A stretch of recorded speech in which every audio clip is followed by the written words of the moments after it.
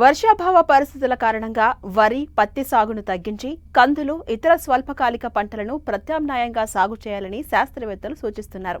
అపరాల పంటల సాగుకు తక్కువ నీరు అవసరమవుతుంది.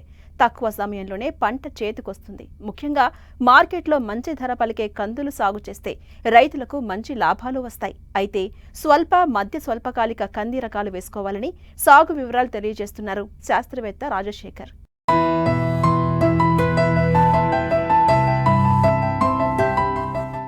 ఎల్ నినో ప్రభావం కారణంగా ఈ ఏడాది వర్షపాతం ఆశించిన స్థాయిలో లేకపోవడంతో భూగర్భ జలాలు తగ్గుముఖం పట్టాయి.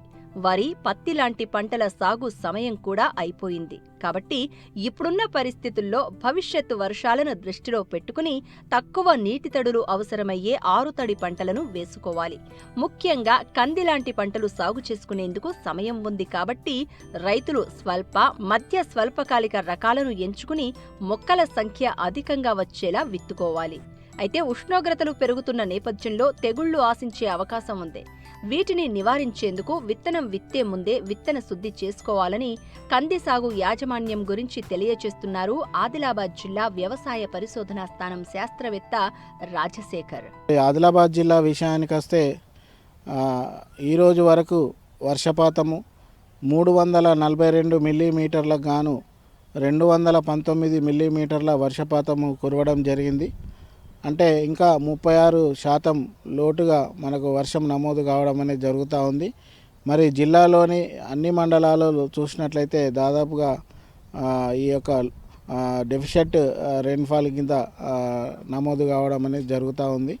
మరి ఇట్లాంటి పరిస్థితులలో కొంత అంటే వర్షాభావ పరిస్థితులలో మరి ముఖ్యంగా రైతులు కొన్ని యాజమాన్య పద్ధతులు పాటించాల్సిన అవసరం ఉంది. వాటిలో చూసుకున్నట్లయితే మరి ఆదిలాబాద్ జిల్లాలో ప్రధానంగా ప్రతి సోయాబీన్, కంది పంటలను ఎక్కువగా సాగు చేస్తూ ఉంటారు. మరి సోయాబీన్ వేసుకోవడానికి ఇంకా సమయం లేదు కాబట్టి ఈ కంది పంటను కూడా మరి వరుసల మధ్య దూరము ఒక 4 ఫీట్లు అంటే 120 సెంటీమీటర్లు, మొక్కల మధ్య 15 నుంచి 20 సెంటీమీటర్లు దగ్గరగా విత్తుకున్నట్లయితే ఈ వర్షాభావ పరిస్థితుల నుంచి మరి మొక్క మొలకెత్తే అవకాశం ఉంటుంది. ఇకపోతే విత్తనం వేసేటప్పుడు కూడా ఈ బయోపాలిమర్కి సంబంధించిన రసాయనాలతో విత్తన శుద్ధి చేసుకోవాలి. ఇట్లాంటి పరిస్థితులలో భూమిలో ఉన్న తేమను వినియోగించుకొని విత్తనం మొలక శాతం పెరిగేటట్లు ఉంటుంది. ఆ విధంగా విత్తన శుద్ధి చేసుకోవాలి. ఇకపోతే మరి ప్రతి ఆల్రెడీ సోయాబీన్ వేసిన పంటలలో అంటే ఒకసారి ఇంటర్ కల్టివేషన్ లేదా అంతరకృషి చేసుకోవాలి. తద్వారా ఈ యొక్క అంటే భూమిలో తేమను నిలుపుకునేటట్లు చేసుకోవచ్చు. అదేవిధంగా 10 వరుసలకు ఒక నాగలి సాలు అంటే కాలువ ఏర్పాటు చేసుకొని మరి దాంట్లో నీళ్లు నిలుపుకునేటట్లు చేసుకోవాలి. ఇంకా పోతే మరి ఇరిగేషన్ కూడా ఉన్న సౌకర్యం ఉన్నవాళ్ళు, నీటి సౌకర్యం ఉన్నవాళ్ళు ఈ ప్రతి సోయాబీన్ పంటల్లో ముఖ్యంగా స్ప్రింక్లర్ల ద్వారా కానీ డ్రిప్ల ద్వారా కానీ ఇరిగేషన్ ఇచ్చుకోవాల్సిన అవసరం ఉంది. ఇకపోతే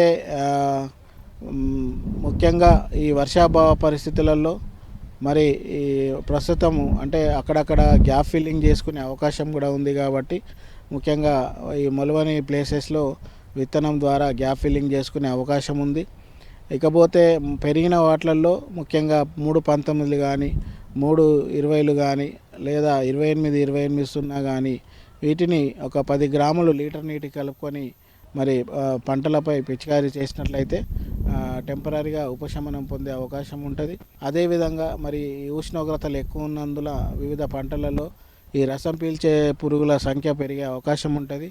వాటికి తగ్గట్టు ఈ యొక్క సమగ్ర సస్య రక్షణ పద్ధతులలో ఈ యొక్క పసుపు రంగు జిగురు అట్టాలు, నీలి రంగు జిగురు అట్టాలు ఇట్లాంటి వాటిని సమకూర్చుకొని ముందుగానే ఈ తగు జాగ్రత్తలు చేసినట్లయితే మరి మొక్క పెరుగుదల తద్వారా మంచి దిగుబడి వచ్చే అవకాశం ఉంటుంది.